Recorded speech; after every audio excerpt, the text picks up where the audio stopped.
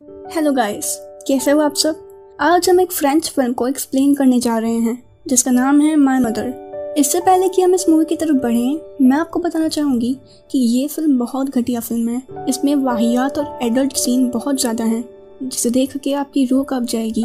और ये फिल्म हमें फ्रेंड्स की सच्चाई दिखाती है, जहाँ एक माँ और बेटे के पवित्र रिश्ते को भी ये लोग नहीं छोड़ते। और हमें गर्व होता है हमारी संस्कृति और हमारे देश पे, जहाँ ये सब चीज़ों के बारे में कोई सोचता भी नहीं है। हमारा उद्देश्य बस इस फिल्म को एक्सप्लेन करना है। हम इस तरह की किसी भी चीज़ों का समर्थन नहीं करते हैं। तो ज़्यादा टाइम ना लेते हुए चलिए आज का एक्सप्लेनेशन शुरू करते हैं। मूवी की शुरुआत होती है और हमें एक औरत दिखती है जिसका नाम हेलन है, जो नशे की हालत में होती है। फिर वो जाके एक आदमी से मिलती है और वो दोनों इंटीमेट होते हैं। फिर वो आदमी अपने बेटे को समझाते हुए दिखता है और वो कहता है, जब मैं छोटा था मैंने ये ज़िंदगी मांगी नहीं थी क्योंकि मैं उस वक्त इस मुकाम पे नहीं था। फिर मैं तुम्हारी माँ से मिला और फिर तुमने जन्म लिया। दरअसल ये आदमी बहुत रिच होता है, पर अब उसकी तबीयत ठीक नहीं रहती, जो अपने बेटे से बहुत प्यार करता है, जिसका नाम पियर है, जो अपनी स्कूल को छोड़ के अपने मॉम डैड के पास आ जाता है। और जो मूवी की शुरुआत में हमें औरत दिखती है वो इसकी बीवी होती है। फिर वो घर जाते हैं जहाँ वो मार्थ से मिलते हैं। जब वो स्विमिंग पूल के पास बैठा होता है तभी उसकी मॉम आके उसे धक्का लगाती है और उसे कहती है, तुम मुझसे आके क्यों नहीं मिले। अगले दिन हेलन बेहोश हो जाती है। तभी पियर वहाँ जाता है तो उसके डैड कहते हैं कि धूप की वजह से गिर गई है। पर सबके जाने के बाद वो अपनी बहन से पूछता है, क्या हुआ यहाँ पे, क्या डैड ने उन्हें मारा। फिर वो अपनी मॉम के पास बैठा दिखता है। अगले दिन मॉर्निंग में उसकी मॉम उसे बताती हैं कि तुम्हारे डैड काम की वजह से फ्रांस गए हैं। तभी वो कहता है, मुझे उनकी परवाह नहीं, मैं यहाँ आपके साथ रहने आया हूँ।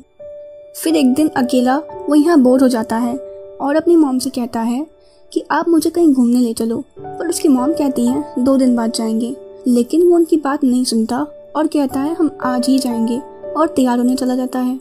शाम को जब उसकी मॉम नशे की हालत में स्विम कर रही होती हैं तब वो उनके पास जाता है तो उसकी मॉम उसे कहती हैं हम कल पक्का जाएंगे।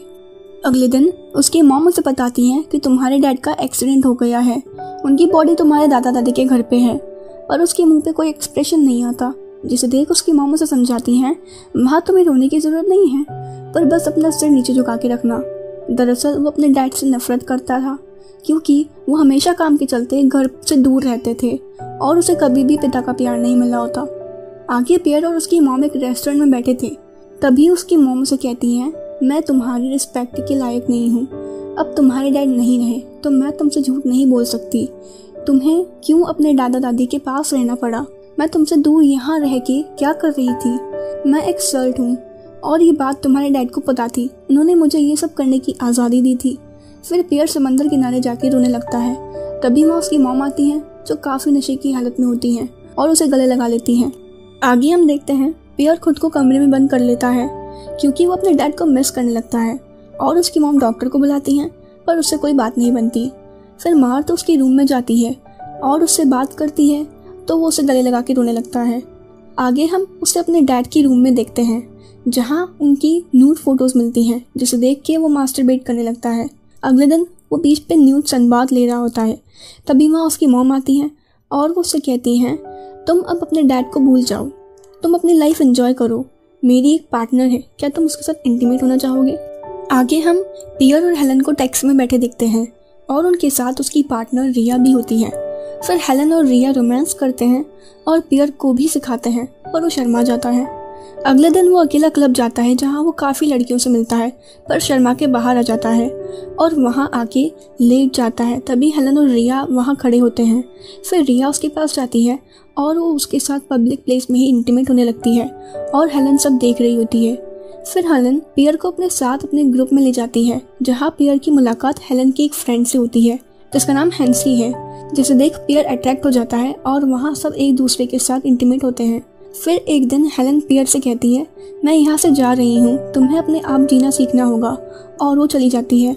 आगे हम उसे अपने फ्रेंड्स के साथ देखते हैं पर वो मन ही मन अकेला महसूस कर रहा होता है। पर काफ़ी बार हैंसी के साथ इंटीमेट होने के बाद उनको आपस में प्यार हो जाता है। फिर एक दिन जब वो साथ होते हैं, वहाँ हैंसी का दोस्त आता है और पियर की मॉम के बारे में गलत बातें बोलता है, जिससे वो गुस्सा हो जाता है और उसे पीटने लगता है। फिर वो दोनों प्लान बनाते हैं और उसे अपने घर पे इंटीमेट होने के लिए इनवाइट करते हैं और उसे बहुत टॉर्चर करके पीटते हैं। अगले दिन उसकी मॉम वापस घर आ जाती हैं। पियर और हैंसी को साथ में देख जेलस फील करती है। वो बहुत नशे में होती है और फिर वो पियर के पास जाती है और उसके साथ बात करती है। तभी हैंसी उन्हें दूर से देख रही होती है और आखिर में हेलन उसे कहती है कि आज रात तुम मेरे साथ ही सो जाना। आखिर जब वो दोनों साथ में होते हैं तो हेलन उसे अपने पेट पे चाकू से निशान करने को कहती है और फिर वो दोनों इंटीमेट होते हैं। अगली सुबह हम देखते हैं कि हेलन मर चुकी होती है और उसकी बॉडी जब हॉस्पिटल में होती है तो वहाँ पियर जाता है और मास्टरबेट करने लगता है और इस मूवी का अंत यही हो जाता है।